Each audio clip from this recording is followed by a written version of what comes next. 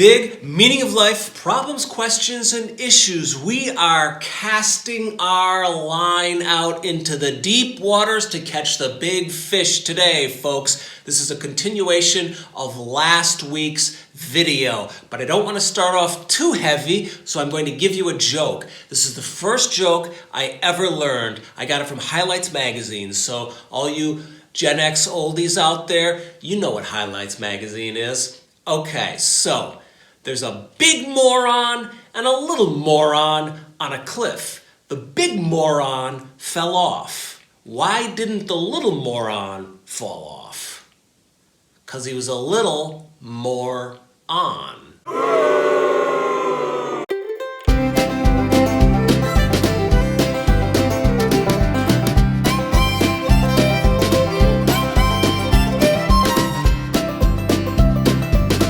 They're little algorithm elves, and I don't know how they work, but they see likes and they see subscribes, these little algorithm elves, and they say, let's promote this video, let's promote this channel, and that helps me out here. So if you can do that, that would be great. Now, on to this week's topic. So traditionally, metaphysics and spirituality and religion, these are tools and techniques that human beings have invented to give us purpose, value, meaning, a path forward through life. So I tried to combine all of these things. I studied the great Western thinkers in college, right? After 4 years, I got a diploma in philosophy, which actually turned out to be pretty useful as toilet paper. After that 4 years in philosophy, I said, I'm done with this. I'm going to go to Hollywood.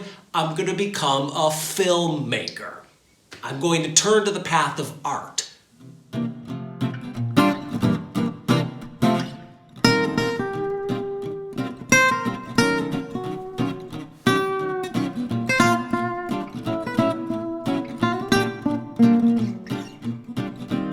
So here we come to an important part in my journey, and maybe it will resonate with you, because if there is one message that our confused and contradictory culture sends out unequivocally across the board, morning, noon, and night, it is that a person finds meaning in life through the work that they do.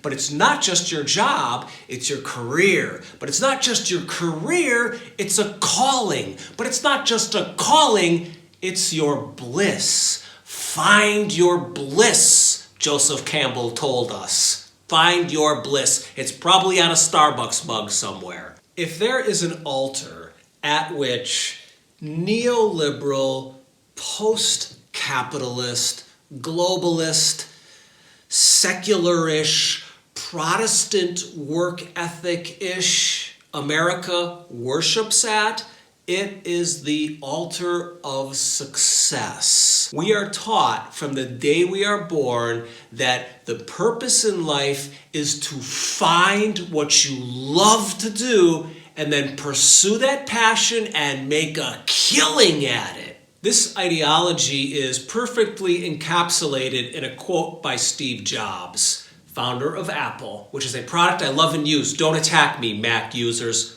The only way to be truly satisfied is to do what you believe is great work. And the only way to do great work is to love what you do. If you haven't found it yet, keep looking. Don't settle. As with all matters of the heart, you'll know it when you find it.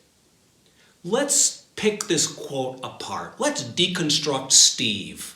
First of all, Steve Jobs is putting the path to fulfillment and happiness, satisfaction, he's putting that path outside of ourselves. Like certain circumstances have to be met in order for us to be satisfied.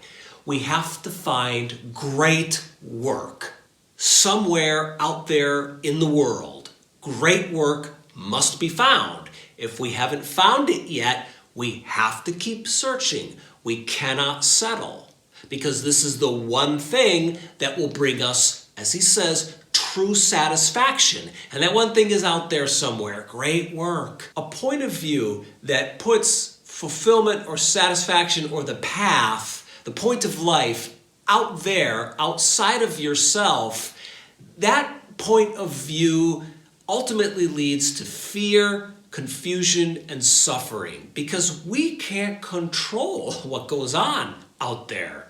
We can't control whether or not we find great work in life, man. We can't control the outside world. We can't even control what goes on inside of us. Steve Jobs' philosophy, as inspiring as it is, honestly, if you pick it apart, if you unpack it, if you sit on it, if you try and live with it, for most of us, it's just going to make us a slave. It makes us a slave of the goal of having to find great work.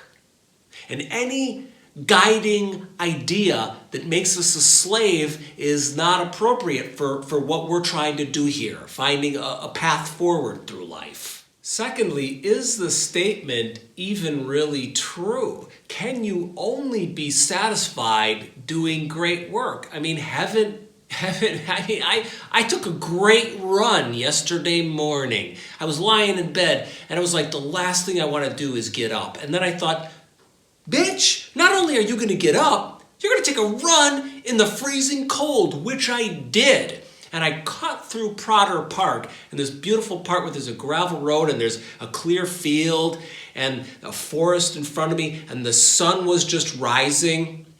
That was satisfaction. I've had satisfaction after doing the dishes, after finishing Anna Karenina, and following it with Brothers Karamazov. Great satisfaction, deep fulfillment after a Zen Buddhist Daiseshin retreat, completing it, passing a koan. Isn't there something inherently fulfilling and beautiful in life itself without having to tether our lives to some great ambition or human success project like great work? Third, let's face it, many of us are not going to find great work.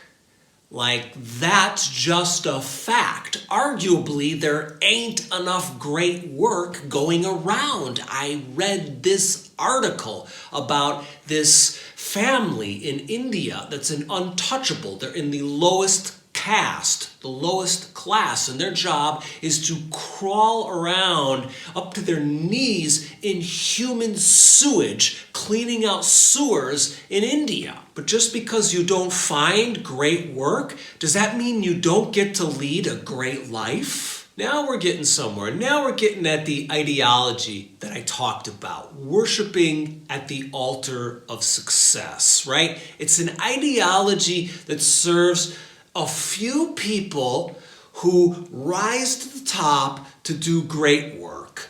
And honestly, the rest of us can kind of just fuck right off. We can do the taxes of the great men who do great work. We can do the laundry of the great men who do the great work. We can educate the children of the great men who do the great work. But we don't quite get to live great lives ourselves. We can find spillover or runoff or trickle-down satisfaction helping great men achieve great goals. We cannot ultimately find true satisfaction or true fulfillment ourselves because we just weren't quite good enough to make it, to succeed. So, in my opinion, this is worshiping a false god. It's worshiping the golden calf of success. And I think this produces three really negative effects in society, which we can see in our culture and our world.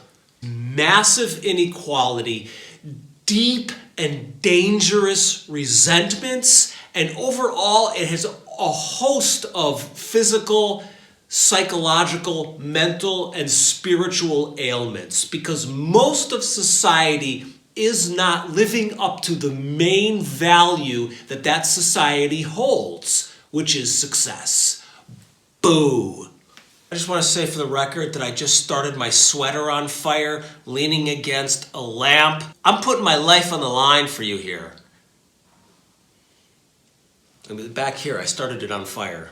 So I moved to Hollywood to become a filmmaker, to make great art, to to move the hearts of people, to tickle their funny bones, to make them think like Bergman and Preston Sturges and the great Billy Wilder, all these people who had inspired me. I felt that this would be the best way to forge a path through life. I put all my existential eggs in that basket, in the basket of becoming a successful film artist. You want to know what wound up happening to me instead? Like 3 years later, I'm working at the bottom of the Hollywood food chain. And if you think you work in an industry that has a bottom of the food chain, let me introduce you to Hollywood, because the bottom drops out. There is no bottom to the bottom of the food chain in Hollywood. I'm working at the very, very bottom, right? I'm a gopher. A runner is what they called it. And I have to just basically run all over town in my own car, my own gas, buying stuff for this horrific boss. It wasn't Scott Rudin. It was like a mini version of a Scott Rudin type. Like a screamer, a Weinsteinian monster this guy was. Okay? So I'm working for him.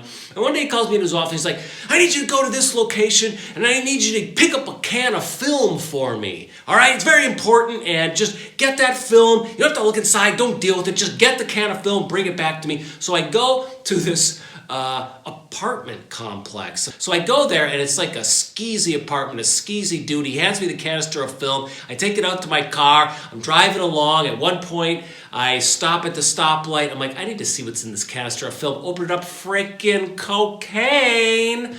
Bags of cocaine in this canister of film. So I was transporting drugs for my boss. This was what my meaning of life project had come down to. So finally, through, I don't know what you would call it, like a series of like Candide-ish accidents, I wound up meeting a friend of this horrific producer who was also kind of a famous writer-director. Okay, I'm not going to say his name. Let's just say he was English, because he was. And we became close, and he told me, look, I need a writing assistant, okay? So you come on board with me. This was my big break. He said, if this works out, this can be your entree to Hollywood. This was it, man. This was my break. If I wanted it, it was there. If I could make something happen, here it was. And yet, I quit the job that I had working for the horrible producer, and I didn't take this new job with this cool director. Why? The night I got the good job offer from the great cool director, I remember driving home down the 405 in my Ford Festiva, which was a great, terrible car. The doors were about this thick. I'm driving home in my Ford Festiva, right? I remember thinking to myself, like, do you want to do this? Do you want to take this new job? And I asked myself, what's the best case scenario here? Even if I'm totally successful and I rise to the absolute top of the film industry and I make great cinematic art, best case scenario, even if I reach the best case scenario, I don't think I want this life. Why? Because I don't want to spend my life pursuing success. Why? Because I have seen really successful people in Hollywood, and they were raw sewage as human beings. They were dumb, shallow, mean, aggressive, greedy, ego addicts. Just because a person is successful doesn't mean they figured something out about life. This was actually kind of a revelation to me. That's how much I had swallowed the ideology that kind of was in the air all around me my whole life. I mean, I had always thought that the people who made it big in the field that I wanted to make it in knew something about life. I thought they had everything, but they don't. Many, many years later, after this whole Hollywood experience was behind me, I was living at the monastery, and I met a woman. She was in her 40s when I met her, but when she was in her 20s, she had worked in Hollywood as an actress, and she had made it big, right? So she was in The Outsiders with Tom Cruise and Ralph Macchio, and she was in The Outsiders. Then she was in Revenge of the Nerds, and then she went on to do a bunch of stuff, and she'd finally come to a point where she was going to be starring right next to Keanu Reeves in like her first movie where she would get equal billing with a major star. And she totally quit the whole industry right at that point. And I was talking to her about it, and she said, "You want to know why I quit? It was the day I had the realization that success and fulfillment are not the same thing." Okay, now what? What is this young 20-something kid supposed to do, right? He's tried religion, philosophy, spirituality, art, and the pursuit of success. None of these have given him a path through life. And by the way, what is this kid's problem anyway? What about love? What about family? What about a little work, a little play, a little romance, a little family? Like, what about a balanced, normal life? For some reason, this was not in the cards for me. I was incredibly restless. I couldn't settle down. I couldn't fake it. Believe me, I tried. Like, I had girlfriends I liked, I had jobs I liked. But whenever, in either case, things got too serious, I was out of there. All I knew is that I wanted answers for how a person should be in the world and what my path should be through this life. When I left Hollywood, that was the one thing I knew. I wanted answers to these questions. And then I met my Zen mentor. And that is where we're going to pick up next week.